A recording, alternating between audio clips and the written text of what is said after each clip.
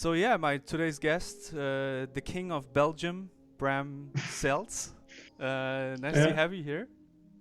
yeah, hey, yeah, King of Really, Belgium. really appreciate you taking the time. Um, so for the people who don't know you, you are an art director at Access Studios and Yes. also a concept artist. You're from Belgium. I think actually hmm you speak Flemish as well. Yeah, yeah, Okay. that's correct. Yeah, Is that pretty close to German, by the way? yeah. We're kind of in the middle of Europe, right? Like we're pretty close to everyone. Like I think it's about an hour away from Germany, from Holland. Like even taking the train, it's like an hour and a half or something to the UK. So would you understand me if I talk in German? Um, I could probably guess what you're saying, like more or less, but I'm Some not I'm words. not fluent in German. Okay. Yeah. Okay. So yeah, we're not here to talk, of course, about Belgium, like chocolate from Belgium and stuff like that. But It's good though. yeah, please let us know and let the audience know how maybe you got into the entertainment industry and how you started and what inspired you, like at the beginning when you were a child, maybe. Yeah, it's. I think like a lot of people, I just I was inspired by. I think the stuff that I grew up with. Like I'm a kid of the '90s, and it was just one of the things that was played on the playgrounds in my school was Magic the Gathering, and it was just one of those things that I was very intrigued by. The cards and the art, and it had like a little bit of a, I don't want to say like a cult status, but it was definitely, something mysterious that, it just intrigued me a lot. And then it kind of was always there in the back of my mind a little bit. Like I was so inspired by the art in those cards that like, it's not that I decided at that point in time that I wanted to become an artist or anything, but it was just kind of always nagging away in the back of my mind a little bit. Mm-hmm. And then after a while, when I got older, I just there just came a point where I was like, okay, I'm just gonna try and create like something that could go on like a magic card. Mm-hmm. And that was, the first time that I bought like a little Wacom, like a, what was it called, like an Intuos, I think, like a medium one. Okay. And that was like the first thing I drew on it. Like I tried to create like an old like my own kind of card, like a goblin card. It was a terrible card, but I mean like it was a terrible illustration, but I still remember like just doing that, and just the amount of fun I had while doing that, and like the excitement that I got from creating something kind of out of thin air, something that was my own. Mm. And I think that was just a feeling that never really went away. Like that kind of triggered me to do a second one and then a third one, and I don't know, like I just kept doing that. And that is kind of how I gradually rolled into the industry. Like I at some point in my career, I had like this situation where I was a teacher as well back then, and I had this situation where I was like, A teacher in I art? was. It was in history. There's Okay. a little bit of art history as well, Mm-hmm. and just a couple hours of actually drawing. But it was like the first and the second year in middle school, Mm-hmm. so it wasn't like professional art or anything, but it was just, something creative. But it was this situation where I was like the first, the first one in, sorta. So there were times that I had like a full-time roster, and then the year after that I had like half-time hours. Like it was just, I had to just pick whatever was open. And that kind of led me into the situation where I had a lot of hours on my hand. Like, so there were cases where there were months where I was like teaching halftime, and then the other half of my hours I just spent drawing and creating stuff. And then gradually I just started looking for little jobs here and there on the CG Hub forums. Back then there was like a job section, and I don't know, I just applied to a couple jobs, and it was like really simple illustrations for small Kickstarters. Nothing that really paid a lot. Like it was barely enough to like it was almost like highway robbery, you know, like it was just like if I would have to, you know, count how much money I would make in an hour by doing that, it would be like something like $1 an hour or something, Wow. like a ridiculous amount of money, or not. How old were you But at that time? sorry, How old were you at that time? I think it was 24, 25 maybe. Yeah, it's probably something like that. Yeah, Okay. but it gradually like there came like a point where it started to snowball a little bit more, and then, you know, like I did these really odd jobs here and there, but the thing about it was like, honestly, like I could have made a lot more money doing these jobs if I just, you know, did them a lot faster, obviously, like that's just a, but I wanted to commit to doing the job well rather than making a lot of money, so I opted to do like an illustration for each of those jobs that I myself felt proud of, and didn't really think about the money because I was already working as a teacher, so I didn't have any, you know, like money issues. And I think for you it was some sort of like a tryout, like to see if you can make it into the industry and just figuring things out, right? Like, I mean, at that point you are literally like a junior, right? Yeah, exactly. Yeah, and I think one of the, you know, like you hear a lot of conflicting opinions on, you know, like even working for free. Like it's not. I don't want to recommend working for free because I kind of feel like there always has to be something, like some monetary value again. Like you're doing a job, so there has to be like a monetary sort of reward for that, I feel. But at the same time, it doesn't have to be a lot of money. You don't have to get rich with the first job you're doing. Like that's not really the point, I think, of being an artist. Mm. And I think, at least for me at that point in time, I was just concerned with creating art that I felt was decent, and then the money was like a second thing to that. And I think, you know, one of the good things about doing these smaller Kickstarter jobs that pay little to nothing is that you have an opportunity to do an official sort of job, and you have an opportunity to, you know, to dabble in the professional realm, because it is a job. Like there is money involved, so there are contracts involved, there's like communication involved, there's an art director, or at least someone who's, you know, designing the game or whatever you're working for. Right.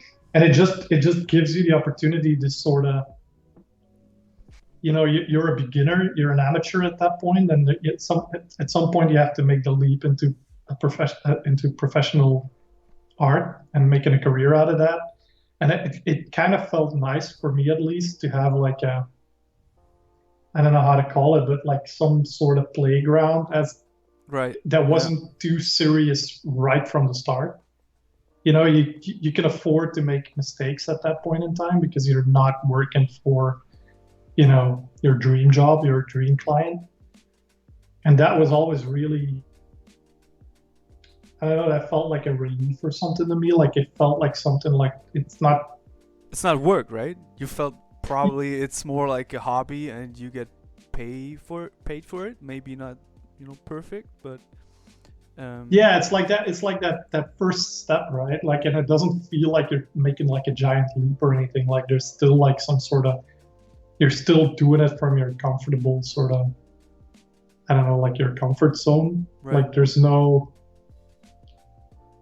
like skipping ahead a couple of years. Like after a while, I got like a mail from Wizards of the Coast to work for them, and I still remember like the first job that I did for them, and that's kind of what I was trying to say just now. That the first illustration that I ever did for Magic the Gathering, it was like I kind of already felt comfortable in the role of being a professional artist, but still, and you can ask a lot of artists that work for Magic the Gathering, that first job they get is like there's so much tension involved with that, like that it's like it's like Magic the Gathering. That's like the dream job for a lot of people. And it's just, That was the first gig as well, right? That was the first yeah, thing, and right? yeah, and you don't want to fuck that up, right? Like Yeah. you want to do your best work, and it's just it's such a there's so much pressure involved with that it's just, I don't know, like if that would be the first job that I ever got as an artist, I probably would have failed tremendously. Mm. So it was good to kind of already be comfortable, at least as a professional artist, before you get into that point where you reel in like a dream client. I Does see. that make sense? Yes. Yeah, that makes total sense. So sometimes you need to, I think, to get those experiences, you to become Yeah, a it's better exactly. to become a better artist in this. First, I think you need to get this confidence, that confidence Yeah, in doing something, as you said, that you know where you are, where you stand, and well, yeah, for exactly. me And the same. Like for me it was like the same thing, where I was like, okay, let's try it. Well, you have doubts about yourself, about your skills, and you know where you are. Like if you would look at your art back then, and me myself, like there's a big leap, for me now after almost 13 years or something when I studied it. So yeah, that's for sure. yeah, there's always that step you have to take. I think a lot of people underestimate that as well. Like it's not all about just making nice pictures, like there's a professional level involved. Like you have to be capable of writing a professional email. You have to know your way around like an NDA or a contract and like And how just to read the briefing as well, right? To talk to people. yeah, Like there are a lot of things, at least within the studio when you work in-house, you need to talk to a lot of people from different departments to make sure what you're working on and doing is in line with the overall vision, like narrative or 3D. Is it feasible doing it in 3D and stuff like that? Yeah. yeah, totally. And I think just having a little bit of experience kind of gives you that confidence a little bit more. Yeah, true. So after this, how did you then get into doing the cards for them? Like, did you apply like with the stuff you've done previously? Did they reach out to you? I kind of, like in my overconfidence of a young artist, I remember that first card that I ever made. Like it was, oh man, I'll dig it up and I'll share it. Okay. It's great and how awful it is. But the first two cards I made were, the in my eyes, like I'm still pretty proud of them for different sentimental reasons, but yeah, they were like they're kind of cringy to look at. They're terrible, and I sent those to Wizards back then, thinking like I can do this. So they got back to you. You got this email, and that was the first time where you were like, yeah, you couldn't believe it that it was them, and that was for one briefing for one card, or how do they manage it? Is it a batch of cards they ask you to do? And they sent me like an introductory email sort of first, with just asking like, hey, or Wizards of the Coast, we're creating magic, like it's like, yeah, I know. Do you want to work for us? Like, are you interested in doing a commission for us? And then I was responding like, hell yeah, like it's my dream. And then yeah, they sent me a first briefing for a card. They usually they work with different lines and different series. You always got like the main line, and there's Commander, and then there's different series. Okay. And then each series has like a different deadline, and there's a different like I'm not exactly sure how the marketing of that works, but they work well in advance of when the cards are released. Okay. And they just every sort of line they ask you, are you interested in working on this one, and how many cards are you interested in doing? and then depending on the schedule and how many other artists are working, you kind of get scheduled in, and then Okay. yeah, they send you a brief. Okay, good. And then you did this for a while. How did you proceed? Like, did you ever work in-house in a studio somewhere? You did, right? Yeah, when I started out here in Belgium, there was a smaller game studio here. That was actually, I actually started working for Axis before I got my first job for Wizards. Oh, okay. Um, yeah, I never really worked full time for Wizards. Like yeah, because I was already working for Axis, so I kind of do my work for Magic after hours. Oh, okay.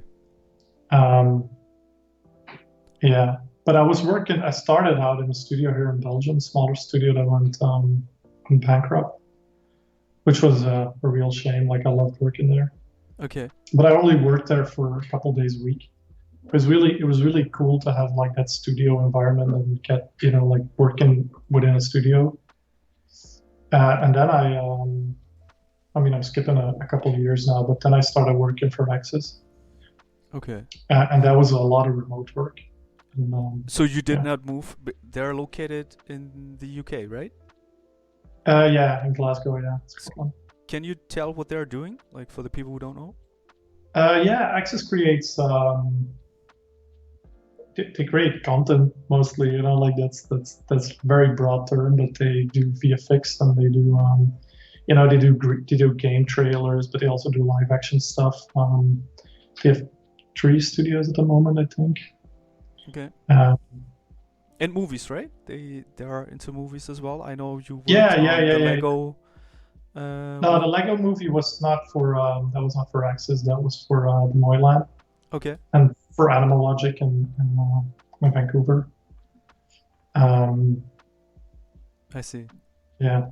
No, Access does a lot of the stuff that I did for Access was the Love, Death, and Robots episode, Helping Hand, the Magic the Gathering trailer, which was like a nice sort of mix of working for Magic, but then also doing the trailer via Access. It was nice. Nice. Yeah. Yeah, I did a lot of cool projects for Access. So you did not move. You worked remotely. Mm-hmm. I never worked remotely full time for a studio. I did some freelance jobs, but how would you explain it, like compared to somebody who works in house? Like, what are there advantages that you see you like more working remotely nowadays? Because we are living in a time where actually right now the whole situation because of COVID is changing. There is a lot of like well, we know that Square Enix, for instance, changed their whole policies to enable employees to work remotely.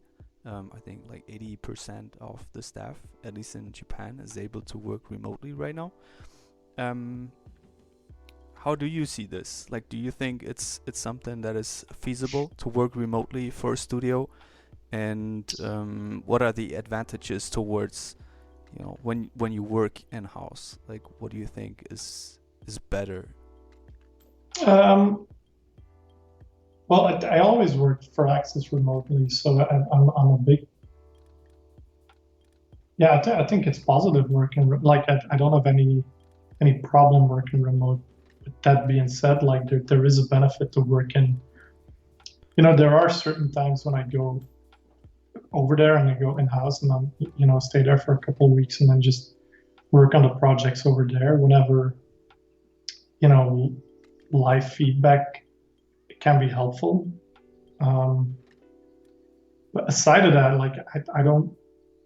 I mean, there's obviously downsides and upsides to both scenarios. I think one of the bigger benefits for me, at least, for working remote, and that has to do with time zones as well, I guess. But Yes. I'm ahead of them an hour, and that just it makes it so that when I I start very early in the day, just it's just something that I've always done. So I already start earlier than they would normally, like within their time zone, and then I'm an hour ahead of them. So that makes it so that I at least have like 2 or 3 hours of, uncluttered sort of work time before emails and stuff start coming in and there's meetings and stuff. Mm-hmm. And that makes it, I mean, I get the bulk of the work done in those 3 hours. Like that's just, whenever I have to do hands-on work, that's when I'm, most focused, and that's when I get the most work done. Right. And then after that, meetings start, rolling in, and there's emails that have to be answered, there's feedback that has to be given. And honestly, that's all stuff you can do remotely. Like there's nothing that I think I need to be in the studio for to give feedback for. And again, that being said, like there is a point in time where, like when certain departments start to, I don't know, like not necessarily bottleneck, but when they start to be, fully engaged, it's helpful to be there, at least for a couple of days every now and then. Just to sit together with the director sometimes, who's not always on site either. Like a lot of directors just work remotely as well. And then just having like the core team there just to do a lot of meetings, face to face, and then talking to the artists face to face.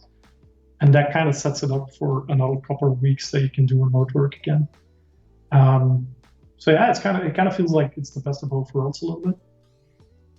But yeah, like I said, like being there in the studio, and especially being an art director, like a producer or a director, I guess most of all, to get interrupted a lot, because you're in there and there's a lot of interruptions, and it just makes it very difficult to do a lot of concise hands-on work. And that is something obviously you can do remotely. Like there's no one around to bother you. And even when when there's critical points in a project, you can essentially shut off your internet and just work straight for 2 hours Exactly. or something. So is it, I mean, working as an art director, do you think this is a bit harder than working as an artist, like concept artist working remotely? And if you, well, what I feel sometimes when I'm working remotely, the iterations or the communication between different departments is just takes more time. But sometimes I like within the studio you could just move from one table to another, from one desk to another. You could just talk to people, reach out to them. Hey, can you take a look over my shoulder? What do you think? And that's something I enjoyed. And generally, I enjoy being around people and talking a lot. But that's why I probably have started this platform as well. But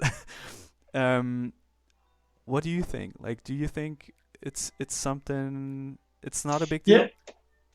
No, it kind of is. Like it is something. Like it is. The people aspect of the job is something you do miss a little bit, especially now. Like it's been a year since I've been there. Like it's just, you start to miss people, and there's like a social aspect to it, obviously. So that's why I come on site every now and then. Mm-hmm. So yeah, that's one of the downsides, I guess, from working remotely, and particularly now with COVID. I think there's upsides and downsides to it. Like one of the downsides I feel to work in house is that the distraction of being able to go to someone and talk to them. It's for a lot of artists, and I'm like that, but I hear from a lot of other artists that are the same. Like it's like a very, like once you're in the zone, sort of, it's not easy to get in the zone, and then once you're in there, like you can easily get pulled out of that again, and then it takes a while again to get back in that. And it just, being able to get in it and then stay in it for, uninterrupted for a couple hours is just, it's worth its weight in gold. But again, that being said, like the downside to that is that you don't have that direct line of communication to someone else. I do kind of feel like for artists, for the projects that I've worked on, at least, is that it forces every artist to get his or her work done by a certain deadline, by a certain point in time every day. And that there's like a professional level to it that I think is helpful for some artists. You know what I mean? Like it's just it forces everyone to get his or her homework done, sort of. Mm-hmm. You know, there's like, you know, when the meeting is, and you know when creative dailies is happening, and then you have to have your work done by creative dailies essentially, and there's like a, I don't know, there's like a routine to that's kind of helpful for a lot of artists. I think that's not in place, then that a lot of artists just, I don't know, they kind of they tend to spin out of control a little bit. It's not the case for everyone. Like it's just, I just think back on your days in high school, whatever. Class situation is kind of similar. Like every student has its own kind of way of working, and it's just the same. I think in a studio environment, a lot of people benefit from like a rigid sort of schedule. I feel the same. Yeah. Yeah, Yeah. it's just very helpful, I think, for people to get structure in their days and just know when.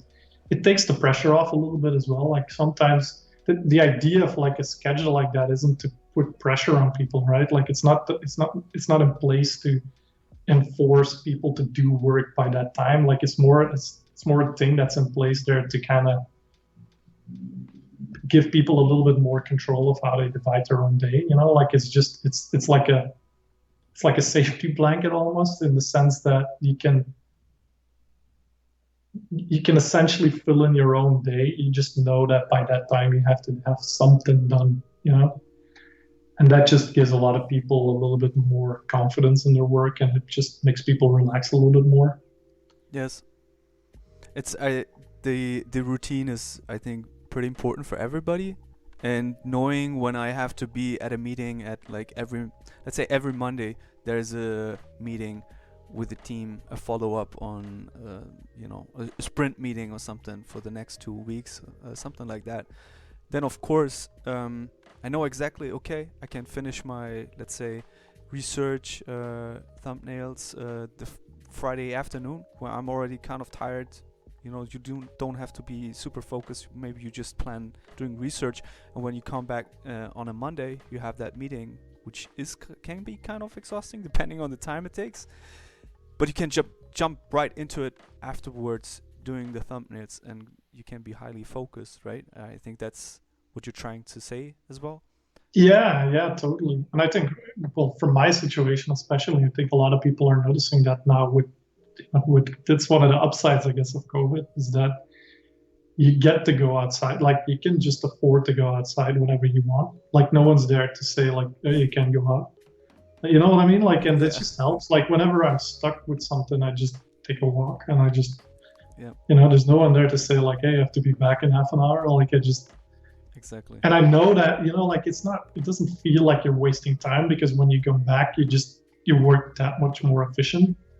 Exactly. And at the end of the day, you do your hours, right? Like it's just, if anything, I think I do more hours than I'm, obliged to do. It's just, I don't know, like you don't feel like you're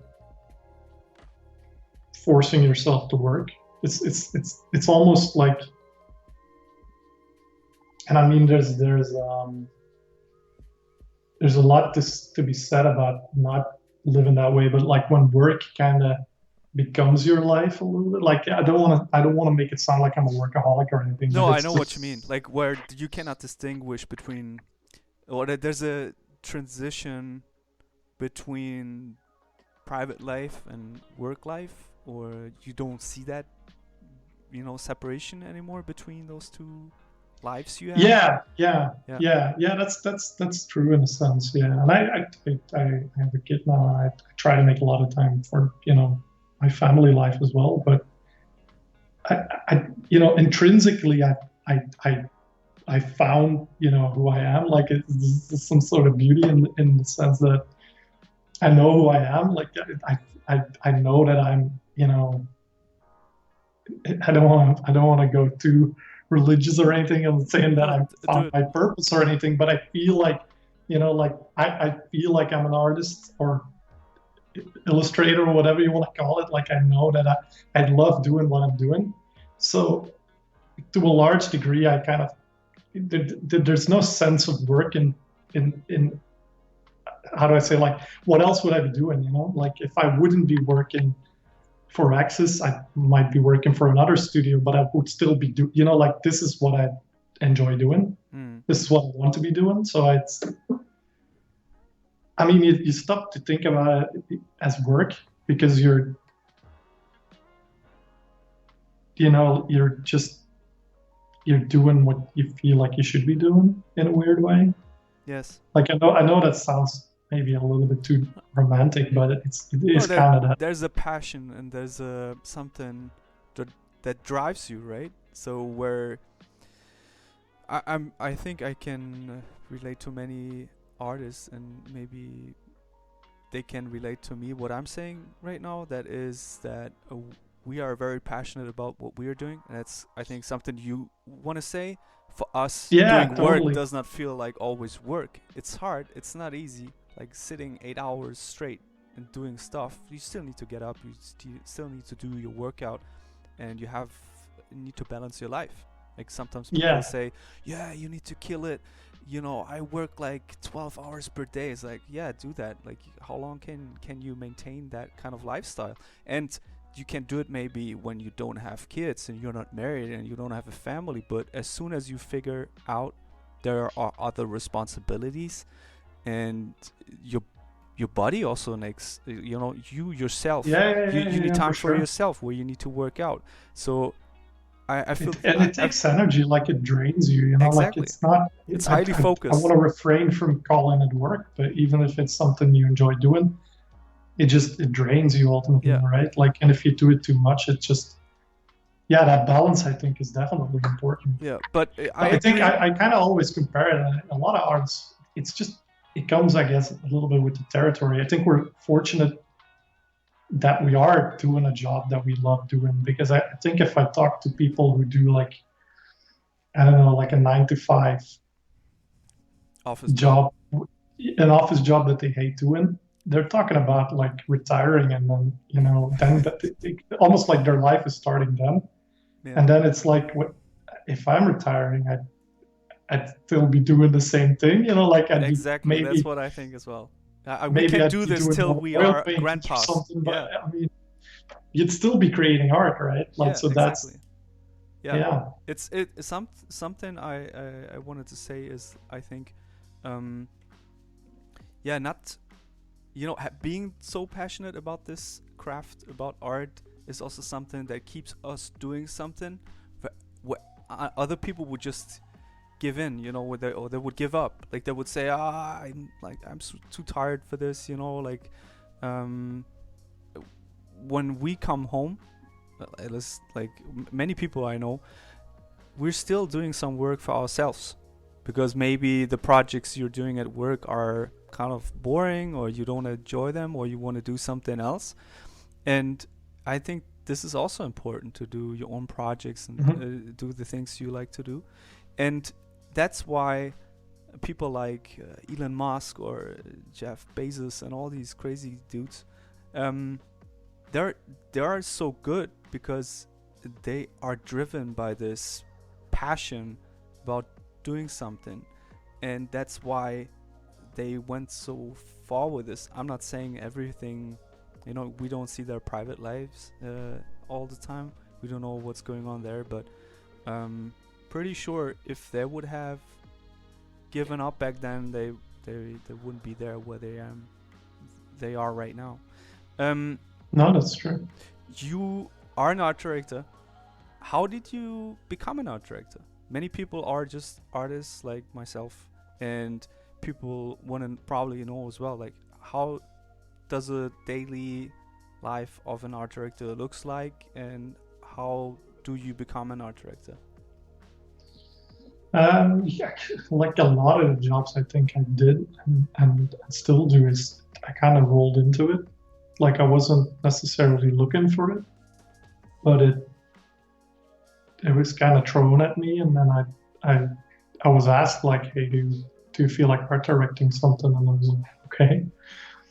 And I tried it, and it feels, or it felt, and it still feels like it caters to my strengths in that like I mentioned, I was a teacher before, and being an art director in a weird way is the same as being a teacher. Like it's not, you're not necessarily teaching anything, but you are communicating in a similar fashion, with a team, and you're given feedback in a similar way, and you're kind of trying to steer a ship to a certain extent. So it's those kind of core qualities of being a teacher that I enjoyed having as a teacher kind of came back into being an art director, combined with creating art, what I was missing from being a teacher. So in a weird way, it's kind of two trains passing in the night. So it felt like that was a job that I loved doing, and I still enjoy doing it a lot. But how I got to doing it, I was working for Axis as an artist, as a freelance artist. And I was working a lot on pitches they were doing, and creating various art for projects that were going out. And after a while, I just got the question. Like I think there's a certain, you never get thrown into being an art director, or you rarely get thrown into being an art director straight from the start. Like there's probably always going to be like some sort of progress, just like you kind of want to know who you're working with anyway. Like, is this guy or girls, how do they communicate? Are they like reliable people? Do they deliver their work on time? That kind of stuff. Like it's just, and by just working with someone as an artist, you learn all those things. And I think that after a while, I had kind of proven myself as being a reliable artist, I suppose. And then that's when I got that question, and I was scared to do it the first time, and there was, scared is maybe the wrong word, but there's some sort of respect, and it's there's a pressure again, and like it's something. It's not like you're being thrown to the wolves, but there is that feeling a little bit like you're doing a job, people rely on you, and when you're doing that for the first time, there's always like a you become more responsible for other people. It's not just you anymore, where you have to take care of yourself, but it's a whole project depends on you and the people, right?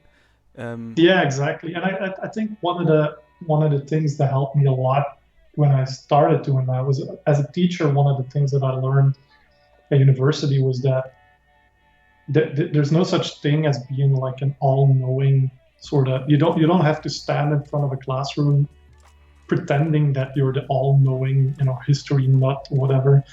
Like there's gonna be questions from, annoying students that try to, put you in front of the block, like they try to get something out of you, and they're gonna ask questions that you don't know the answer to. And it's the thing about it is it's perfectly fine to admit that you don't have all the knowledge in your head, like it's just.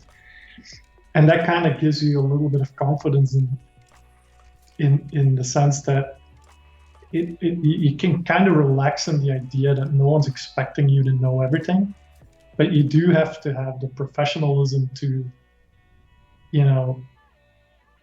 be able to at least go look for the answers if you don't have them at the ready.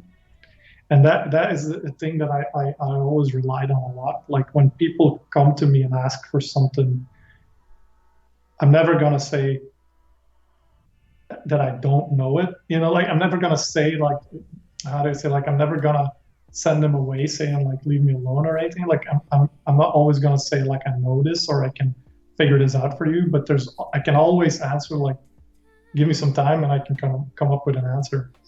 And that is, I don't know, like that takes the pressure off a lot. Like no one's going to put you on the spot and say like, give me an answer for this now, you know what I mean? So it's okay to, when it comes to the nitty gritty of stuff, like there's always, as an art director, you kind of have to know a little bit of everything. Like you have to know anatomy, you have to know environment builds, you have to, like there's and that's just on an artistic level, but then effects comes in, and then, there's lighting, there's rendering, there's just so many, hoops to jump through when you're following a project. So there's bound to be areas where your knowledge is limited in. stuff like hair simulation, for instance. When I started out like this, just what do I know of hair simulation? Like that's not something, and that's okay because there's a lot of people working at Access that do know about hair simulation, and you can ask them. And it's just you don't have to be afraid to ask questions. Like there's no boundaries when it comes to learning, and that is something that I've always pulled myself up on. Just knowing that you can ask other people questions, or you can go to the internet and look it up there. I think people just look at the director, especially, just to steer the ship right. And an art director does the same, but from a visual point of view. True. What are the key skills you would say that an art director needs to have? Like, what are the values, like the virtues, I would say? What are these? I think that's kind of twofold. Like, and that's why I was saying, like, it feels to me like it's a nice mix between being an artist and being a teacher, in the sense that 50% I feel of the job is being, I don't want to say a good artist, but it's understanding. I think that that's more important than being a good artist. Like it's understanding, different genres. It's understanding, different aesthetic sensibilities. It's understanding. I don't know. It comes down to even like architecture or costume design, or like everything related to the visual side of a project. Just understanding what and where these things are coming from and why certain things are a certain way, like understanding the difference between Art Nouveau and Art Deco, like that. I'm just throwing things out here. Again, like if you don't understand the difference, it's perfectly fine to go look it up, but just understanding that there's a difference between these two stretches of aesthetics.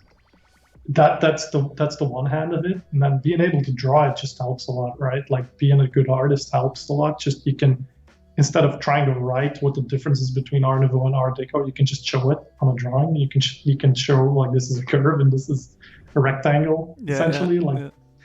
That's the one side of it. And then the other side, I think, is just being a good communicator, just being, and as a teacher, again, it doesn't come down to standing above the class and just teaching people stuff. It's more about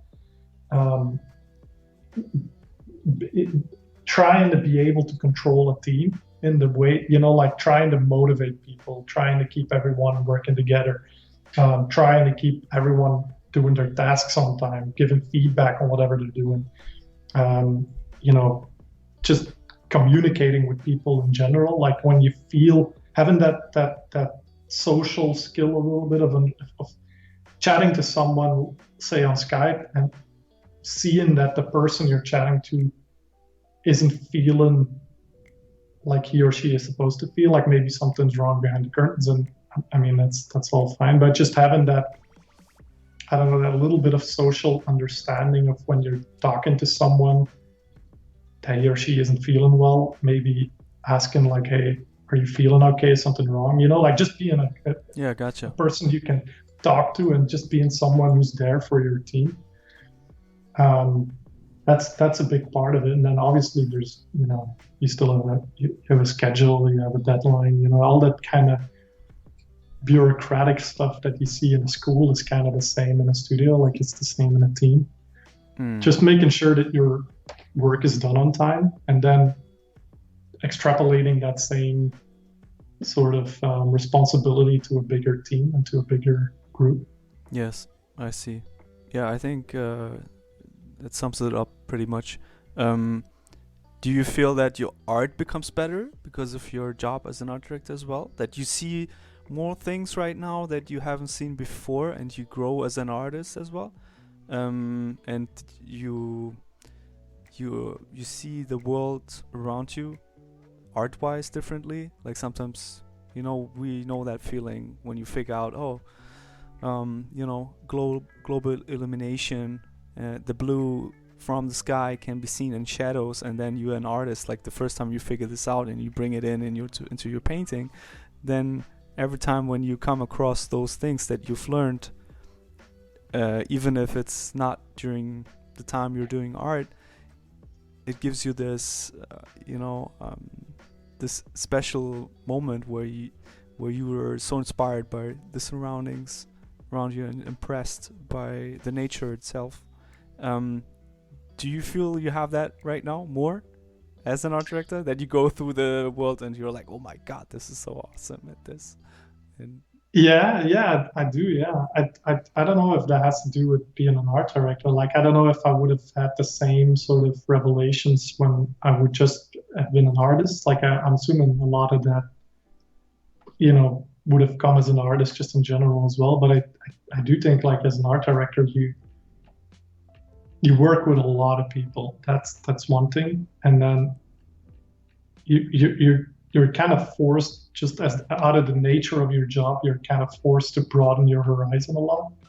Like, you have to learn, like, just the reference of the Art Nouveau and Art Deco that I was just talking about. Like, that's not something necessarily you have to know from the first project you do, but it's something like let's say you do a project in Art Nouveau. Like, after that project, you understand perfectly what Art Nouveau is and what exactly entails, that sort of term. mm-hmm. And that's something, like, every project after that, you can see in the light of, oh, this is, inspired by Art Nouveau or whatever, or it's the complete opposite. It's like, it's just, I don't know, you get overwhelmed by a lot of art. I think that's just one of the things I think that differentiates a good, or I don't want to say a good artist, but an artist that does a lot of art with someone who does it as a hobbyist, is that you can tell from someone who's doing it as a hobby that they are exposed to less, that they have been exposed to less art than someone who does it on a professional level. I think it's just that, let me put it that way. Like, I think I've been doing this for 10 years now. So just thinking about the idea that for 10 years long, for at least 8 hours a day, you've been exposed to art, that is just, I remember seeing like a Feng Zhu sort of video. It was almost 10 years ago, probably. But he was talking about like an internal reference library and how important that is, and how that sometimes differentiates a good artist from a less good artist. That someone who's been exposed to art and to seeing art and to seeing, everything entertainment related from year 1 of their existence to year 30 of their existence. That's 30 years of exposure to art. That is very, very, very difficult to gain on if you just start out, let's say, like 26 years old. True. Let's say you've lived in the desert for 26 years, right? You have no internet, you have no entertainment whatsoever. That's interesting. Then, you're sort of, I don't know, your perspective on art is going to be so much narrower than someone who's been doing that or looking at art for 30 years. Yeah, but at the same time, I'm not sure, but maybe at the same time, sometimes I think the art we are exposed to, the art we consume, it's always the same stuff, right? There's so much stuff we've seen before. I wonder if somebody who's kind of like living remotely, not exposed to those influences that we're living with, if he would be in a way more creative, or that his ideas would be so unique and so different that you could tell, like, yeah, he's not consuming all these it's a good point. Yeah, and I suppose that's a valid argument, and I guess is bound to be the case for people who have lived, off the grid a little bit. Yeah. And I think that's the only argument I can see against that is that just narrows it down to like one topic. They're probably going to be very creative and unique in this one sort of sense of the word, but they're not going to have the broadest horizon or understanding of whatever's out there in terms of art as a whole. Yeah, exactly. I'm not saying that is a good or a bad thing. I'm just pointing out the fact that exposure to art just broadens your, like it's just your as range simple of as going ideas, to like I think. yeah, exactly. Like you've seen a lot and you understand a lot about art because of that. And I think it's just doing that for 10 years speeds it up a lot. Yes.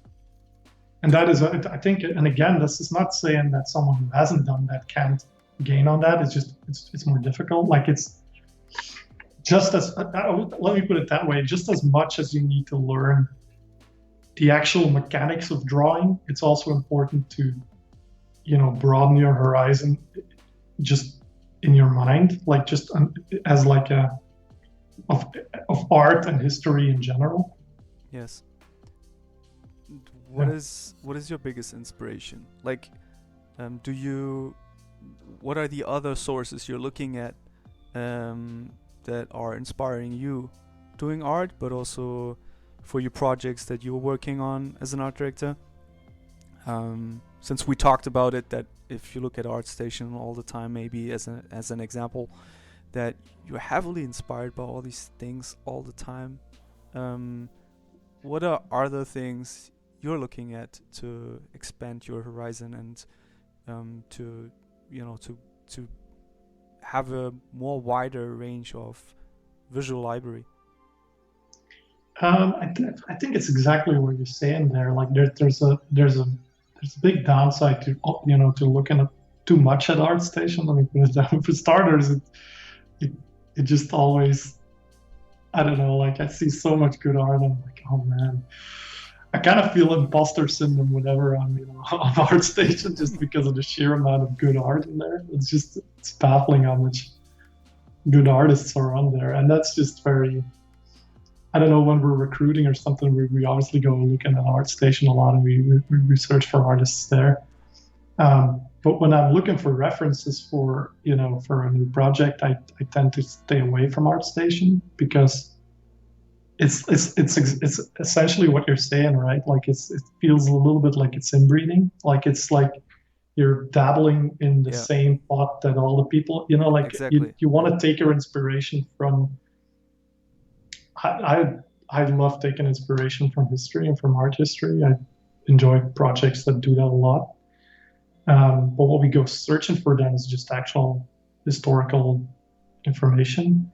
Looking at costume designs over the ages, for instance, or it's I guess looking at the source of what other artists are inspired by. Like if you look at a good costume designer, they don't base their designs on what they see on ArtStation. They base their designs on what they've seen in history and what they know about costume design.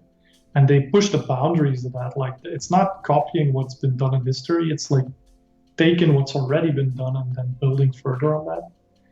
And I think the best way to do that is just go into the source, who did it first, that sort of thing. Yes. I think that this is a double-edged sword a little bit. Like a lot of the projects, not only we, but a lot of the projects that come out and that a lot of studios do, they kind of ride the wave of it like fashion. There's like a there's like a modern sort of, I don't know, there's trends, and it's just like fashion really, where like a certain year, looking at trailers from a certain year, they were all inspired. Like for instance, Spider-Verse, like stuff has been coming out since Spider-Verse came out. Like they kind of started their own sort of revolution in that sort of look, which is great. I mean, like I love seeing that kind of stuff. It's so, it's so vibrant and new. But then after a while, everyone, it's been done, and then what's going to come after that. And I think to be the person that does that first project after that, whatever you can imagine now that can come after that is, it's hard to predict what that's going to be.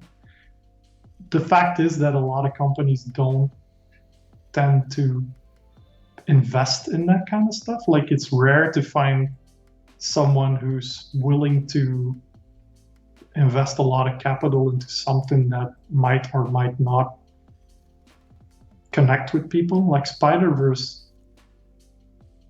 I mean, it's a calculated risk for sure, but it is still a little bit of a risk. Like it is,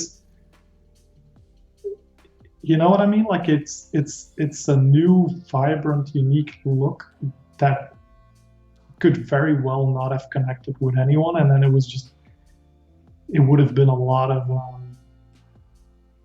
I know what you mean. I think, yeah, I think it's when you look at it, um, there are the art directors. They were all inspired by different things, and I forgot this one artist. He was doing this very edgy kind of style that we've seen in the art direction there.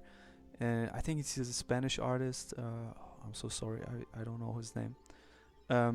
But he's been doing art for a long time, and he was a great influence on that style.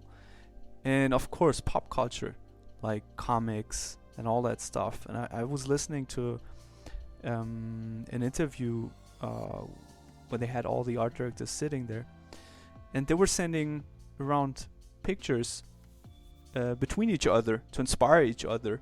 So it was kind of this closed kind of bubble, and everything they liked, what was appealing for them, and was matching with their taste. They brought it together, and from this kind of sauce of different things, they created this like this art style, I would say. So in a way, this is why it became so unique. And yeah, for sure, it was definitely a risk, because all these big companies, they don't tend to experiment a lot. They don't, they always put the bucks on the same horse they're betting on for years. And this is why it was so refreshing for us as artists, I would say, right? Yeah. Yeah, for sure. And I mean, it kind of worked when the Academy worked that, right? I mean, it's a bet that they took, and good thing that they did. But I think that's just exactly like if they would have followed whatever trend or fashion they would find on, I don't know, DeviantArt or whatever, Pinterest, then they wouldn't have come up with, a new unique look for that. Exactly. Yeah. It's just, I think, and that's the key to it, right? Like, to find something new, you have to go looking, I don't know, like somewhere out there that's not art related. I almost feel like, or you different branch of art, at least. Exactly. Or you go back in time when it comes to design. I mean, we've seen it all the time. You were talking about fashion, that there are certain trends that come back again and again. When it comes to product design as well, like the first iPod was based on an old Bauhaus design. I think it was for a loudspeaker, and well, that was not a super new design, but it was something they just, a remix of a design they brought into the past, into the present. I think this is something you're right with, like having different sources in different fields depending on what you're trying to achieve. When it's design, maybe you can see some shapes, some designs in nature that you would not see if you want to create like a car. Yeah, great. You're looking at a bunch of other cars they got inspired by other cars, and all the product designers and the car designers who made them were heavily influenced by each other and other people in this métier, in this niche. But for sure. The really innovative stuff probably is the stuff that you get from other sources. Yes. Do you still have a lot of time to do your own art? Like, you do art direction. You also do still the cards, but for yourself as well, or is there something where you? Yeah, totally. I kind of found a happy middle ground in that.